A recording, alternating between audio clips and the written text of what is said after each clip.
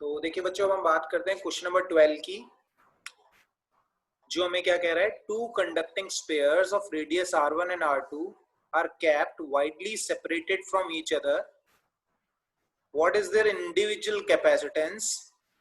If the spares are connected by a metal wire, what will be the capacitance of the combination? Think in terms of series parallel connection.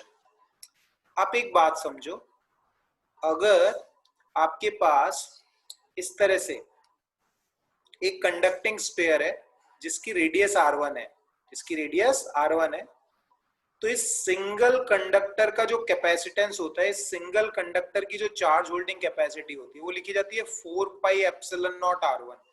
ये formula आपको ध्यान होना चाहिए कि C1 equals to 4 pi epsilon naught r1। और वैसे देखिए आपसे क्या कह रहा है, एक दूसरा कंडक्टर और है जिसकी रेडियस जो है वो किसके बराबर है, r2 के बराबर है। तो अगर अपन एक सिंगल कंडक्टर की बात करें, अगर केवल इस सिंगल कंडक्टर की बात करें, तो इसका कैपेसिटेंस जो होगा वो 4 पाई एप्सिलॉन नॉट r2 के बराबर होगा, क्योंकि आपसे बोल रहा है what is their individual capacitance. तो इसका इंडिविजुअल कैपेसिटेंस ये इसका ही है ना। अब आपसे देखो क्या कह रहा है, अगर इन दोनों को अपन एक कंडक्टिंग वायर के थ्रू जोड़ दें, ऐसे मेटल वायर के थ्रू अपन ने दोनों को कनेक्ट कर दिया, then what will be the capacitance of the combination? पहली चीज आपको ये समझ में आनी चाहिए बच्चों कि अगर हम दो कंडक्टर्स को एक मेटल वायर से कनेक्ट कर देते हैं तो उनके बीच में चार्जेस का फ्लो होता है, और चार्जेस का फ्लो तब तक होता रहता है जब तक दोनों का पोटेंशियल सेम नहीं हो जाता। ये चीज आपको क्लैरिटी से समझ में आनी चाहिए।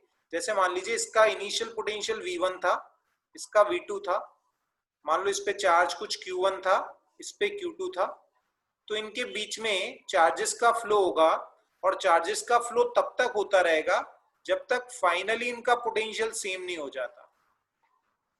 फाइनली मान लो दोनों का पोटेंशियल V हो गया, इस पर चार्ज Q1 डैश, इस पे चार्ज Q2 डैश, है ना। तो अब बेसिकली आपसे क्या पूछ रहा है, इक्विवेलेंट कैपेसिटेंस। अब आप एक बात समझो, अगर इस तरह से दो कंडक्टर्स हैं, दोनों का पोटेंशियल सेम है, दोनों का पोटेंशियल क्या है, सेम है, तो इसका मतलब ये दो कंडक्टर्स जो हैं वो आपस में एक दूसरे के साथ पैरेलल कॉम्बिनेशन में।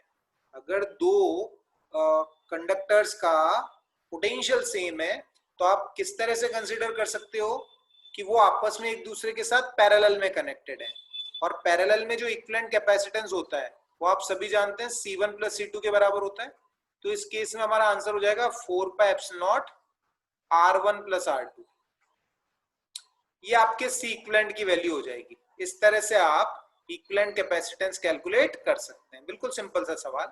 C equivalent is 4 pi epsilon naught R1 plus R2। ठीक है, सबको अच्छे से समझ में आना चाहिए।